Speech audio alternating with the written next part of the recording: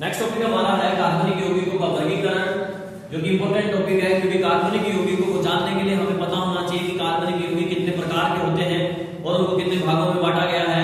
तो यहाँ पे हम जो चार्ट बनाएंगे कार्बनिक यौगिकों के वर्गीकरण का, उस चार्ट से आपको ये पता चल जाएगा कि कार्बनिक यौगिकों को कितने पार्ट्स में वर्गीकृत कर सकते हैं अपन और वो उनकी विशेषताएं क्या हैं। तो सबसे पहले तो अपन इनका वर्गीकरण करते हैं। तो वर्गीकरण में देखिए फर्स्ट ऑफ हम दो भाग में इस कार्बनिक यौगिकों को बांट सकते हैं मुख्यतः। पहला पार्ट है हमारा अचक्रीय यौगिक, अचक्रीय यौगिक। इन सब के बारे में मैं बताऊंगा आपको परिभाषा की सबकी। अभी केवल अपन इसको पहले डिवाइड कर लेते हैं एक बार के लिए। अचक्रीय यौगिक जिनमें चक्र नहीं बनता, और इसका जो दूसरा पार्ट है वो है चक्रीय यौगिक, इनमें चक्र पड़ेगा, मतलब बनेगी कार्बनिक यौगिकों की। अचक्रीय यौगिकों को हम दो पार्ट में डिवाइड कर सकते हैं फिर जाके आगे। एक है संतृप्त यौगिक, संतृप्त कार्बनिक यौगिक, ठीक है, और दूसरा है असंतृप्त यौगिक। आई बात समझ में? अब संतृप्त यौगिक में आता है आपका एल्केन, जिनमें कार्बन कार्बन के बीच में सिंगल बंध होता है। असंतृप्त यौगिक में आता है आपका एल्कीन, और दूसरा जो इसका टाइप है वो है एल्काइन। आई बात समझ में? तो चलो पहले इसको डिफाइन कर लेते हैं। अचक्रीय यौगिक, अचक्रीय कार्बनिक यौगिक। अचक्रीय कार्बनिक यौगिक का मतलब है इसमें कार्बन की वलय नहीं बनती है, इसमें कार्बन सीधा लंबा हो सकता है, इसमें शाखाएं विभाजित हो सकती हैं। तो जो ओपन चेन होती है कार्बनिक यौगिकों की वो अचक्रीय यौगिक कहलाते हैं। और इसको हम दो पार्ट्स में डिवाइड कर सकते हैं, संतृप्त कार्बनिक यौगिक और असंतृप्त कार्बनिक यौगिक। संतृप्त कार्बनिक यौगिक यानी जिनमें कार्बन कार्बन परमाणु के मध्य सिंगल बॉन्ड पाया जाता है, जैसे कि एल्केन है, तो हम जानते हैं एल्केन कार्बन कार्बन परमाणु के मध्य जो है सिंगल आबद्ध होता है। तो ऐसे यौगिकों को संतृप्त कार्बनिक यौगिक कहा जाता है।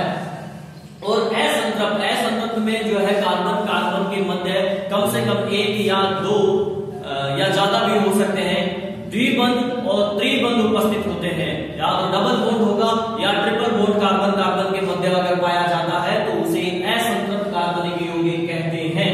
और उस डबल बॉन्ड और ट्रिपल बॉन्ड के आधार पर हम फिर इसको दो पार्ट्स में डिवाइड कर सकते हैं। एल्कीन के अंदर कार्बन कार्बन के बीच में डबल बॉन्ड होता है, और एल्काइन इसमें कार्बन कार्बन के बीच में ट्रिपल बॉन्ड होता है। आगे बात समझ में? तो ये था कार्बनिक यौगिकों का पहला पार्ट, जिसमें अचक्रीय यौगिक यानी कि ओपन चेन बोलते हैं इनको, और इनको दो पार्ट्स में डिवाइड किया, संतृप्त कार्बनिक यौगिक, असंतृप्त कार्बनिक यौगिक यानी सैचुरेटेड और अनसैचुरेटेड। एंड संतृप्त मतलब एल्कीन सिंगल आबद्ध, और असंतृप्त मतलब एल्कीन और एल्काइन डबल बॉन्ड और ट्रिपल बॉन्ड। और दूसरा इसका जो पोर्शन है, चक्रीय यौगिक। जैसा कि नाम से ही आपको क्लियर है, चक्रीय यौगिक यानी इसमें कार्बन कार्बन परमाणु आपस में मिलकर आबंध बनाकर एक वलय का निर्माण करते हैं, तो इनको चक्रीय यौगिक कहते हैं। ऐसे यौगिकों में क्या होता है कि प्रथम कार्बन अंतिम वाले कार्बन से आबंध बना लेता है, जिससे कि वो क्लोज संरचना बन जाती है, क्लोज हो जाता है यौगिक, इसलिए इनको चक्रीय यौगिक या क्लोज चेन वाले कंपाउंड्स बोलते हैं। आई बात समझ में? फॉर एग्जांपल जैसे कि ये मैंने आपको बताया कुछ देर पहले कि सी ये आपस में जुड़े इस तरीके से, ये अंतिम कार्बन प्रथम कार्बन से बॉन्ड बना लेगा तो ये क्लोज हो जाता है। ऐसे यौगिकों को चक्रीय यौगिक कहते हैं। अब जो चक्रीय यौगिक है इनको मुख्यतः दो पार्ट में डिवाइड किया गया है। पहला पार्ट है समचक्रीय यौगिक, समचक्रीय कार्बनिक यौगिक। दूसरा पार्ट है विषम चक्रीय यौगिक, कार्बनिक यौगिक में बीच में कार्बन नहीं लगा, ठीक है। समचक्रीय यौगिक और विषम चक्रीय यौगिक। तो इसका क्या मतलब है, देखो सम यानी समान चक्र और विषम यानी विषम असमान चक्र। इसका मतलब हो गया समचक्रीय यौगिक का मतलब हो गया कि ऐसे यौगिक जिसमें वलय के अंदर केवल और केवल कार्बन परमाणु हो, अर्थात जो वलय बनती है, जो चक्र बनेगा वो सिर्फ कार्बन परमाणु से ही बना हुआ है, उसमें कोई दूसरा परमाणु नहीं है वलय के अंदर, ध्यान रखना। तो उनको समचक्रीय बोलते हैं। एग्जाम्पल मैं आपको लिख रहा हूं, देखो यहाँ ब्रैकेट में छोटा सा एग्जाम्पल लिख देता हूं। जैसे ये देख सकते हो आप और ले लेते हैं सी सी सी सी सी। तो ये चक्कर बन गया एक तो, और इसमें सारे के सारे कार्बन, ये जो वलय बनी है ये वलय सभी किस कार्बन से बनी, कौन से परमाणु से मिलकर बनी है, कार्बन परमाणु से मिलकर बनी है। कार्बन के अलावा और कोई परमाणु नहीं है इसमें। बाहर हो सकता है, यहाँ पे तो होगा ही ना भाई, यहाँ पे हाइड्रोजन हो सकता है, H यहाँ पे दो H होंगे सभी कार्बन परमाणु पे, CH2 होता है ये। लेकिन जो चक्कर आ रहा है ना, ये वाला जो चक्कर है, ये चक्कर सिर्फ कार्बन परमाणु से मिलकर बना हुआ है। तो अगर चक्कर के अंदर सभी परमाणु कार्बन के हैं तो वो समचक्रीय यौगिक है। आई बात समझे?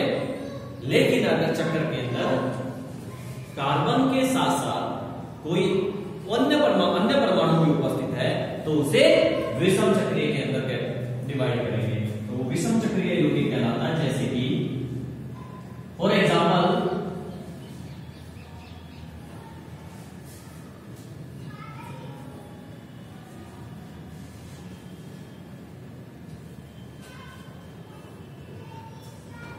ये देखिए, यहाँ पे इस एग्जाम्पल में आपको नजर आ रहा है कि यहाँ पे कार्बन है वलय के अंदर, यहाँ पे भी कार्बन है वलय में, यहाँ पे भी कार्बन है, यहाँ पे भी कार्बन है, यहाँ पे भी कार्बन है, लेकिन एक यहाँ पे नाइट्रोजन है, ठीक है ना।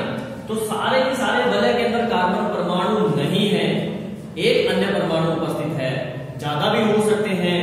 तो अगर वलय के अंदर कार्बन परमाणु के अलावा अन्य परमाणु भी उपस्थित है तो उसे विषम चक्रीय यौगिक कहते हैं। इसीलिए नाम पड़ा है इसका विषम चक्रीय, यानी समान नहीं हो परमाणु, और ये समचक्रीय यानी कि चक्कर के अंदर सभी परमाणु समान हो। कौन से कार्बन के? आगे बात समझ में। अब जो समचक्रीय यौगिक है, इन समचक्रीय यौगिकों को दो पार्ट्स में डिवाइड किया गया है, दो भागों में बांटा गया है। एक भाग है एलिसाइक्लिक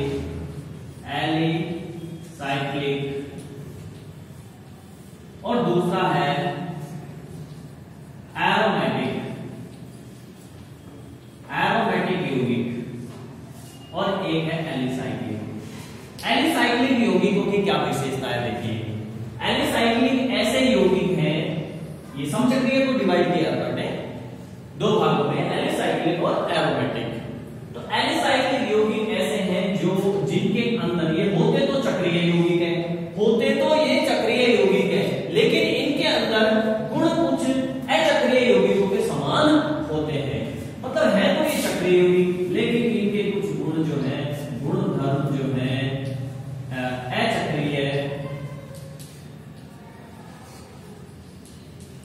यौगिकों के समान होते हैं, ठीक है। मतलब जो हमने अचक्रीय यौगिक पढ़ा दोनों ओपन चेन वाले, तो उसके कुछ गुण होते हैं वो इससे मैच होते हैं, तो इस एलिसाइक्लिक कहलाते हैं ये। एलिसाइक्लिक मैं फिर से रिपीट कर देता हूं, एलिसाइक्लिक यौगिक ऐसे हैं जो हैं तो चक्रीय यौगिक, लेकिन इनके गुणधर्म अचक्रीय यौगिकों के समान होते हैं, तो इनको एलिसाइक्लिक यौगिक बोला जाता है। अब एरोमेटिक की बात करते हैं। एरोमेटिक ऐसे यौगिक हैं जिनमें कम से कम एक बेंजीन रिंग प्रेजेंट होगी, कम से कम एक बेंजीन वलय होती है। बेंजीन वलय आप जानते हो, ये बेंजीन वलय है, अल्टरनेट डबल बॉन्ड होता है इसमें, ये बेंजीन वलय है, ठीक है ना। इसको ऐसे भी लिख सकते हैं क्या, ऐसे भी लिखा जा सकता है, इसका फॉर्मूला होता है C6H6 बेंजीन का। तो ये बेंजीन वलय कम से कम एक बेंजीन वलय होती है, ऐसे यौगिकों को एरोमेटिक यौगिक कहते हैं। जैसे एग्जांपल मैं यहां लिख देता हूं, जैसे ये है OH, तो इसका नाम है फिनोल,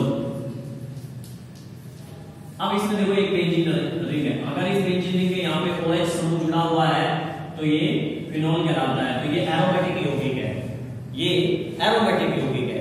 आगे बात सुनते हैं, तो कम से कम एक बेंजीन वलय उपस्थित होती है तो ऐसे यौगिकों को एरोमेटिक यौगिक कहते हैं। ज्यादा भी बेंजीन रिंग प्रेजेंट हो सकती हैं। इनका नाम एरोमेटिक क्यों पड़ा? ये जो एरोमेटिक शब्द है ये एक ग्रीक भाषा से लिया गया है, जहां पे एरोमा, ग्रीक भाषा में एक शब्द है एरोमा, तो एरोमा क्या होता है ग्रीक भाषा में? एरोमा, इसका मतलब होता है सुगंध, सुगंध।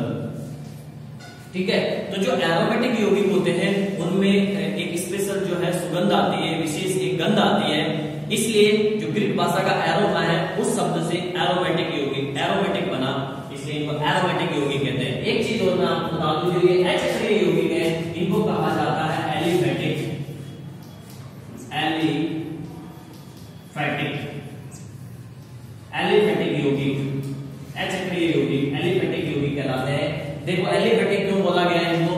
अगर इस एलिफेटिक शब्द को देखें हम तो एली यानी एनिमल और फैटी यानी फैट यानी वसा, ठीक है, जो ये अचक्रीय जो यौगिक है वो एनिमल की वसा में पाए जाते हैं। तो प्रारंभ में इनको मैंने पहले बताया था आपको, प्रारंभ में इनको वहां से प्राप्त किया जाता था, वैज्ञानिकों को यही पता था कि एनिमल्स के वसा के अंदर फैट में प्रेजेंट होते हैं, इसलिए इनका नाम पड़ गया एलिफेटिक यानी एनिमल के फैट में पाए जाने वाले कार्बनिक यौगिक। और ये आपको समझ में आया गया एरोमा, एरोमा का मतलब होता है सुगंध, इनमें विशेष गंध आती है, इस वजह से इनका नाम पड़ गया एरोमेटिक। आई बात समझे?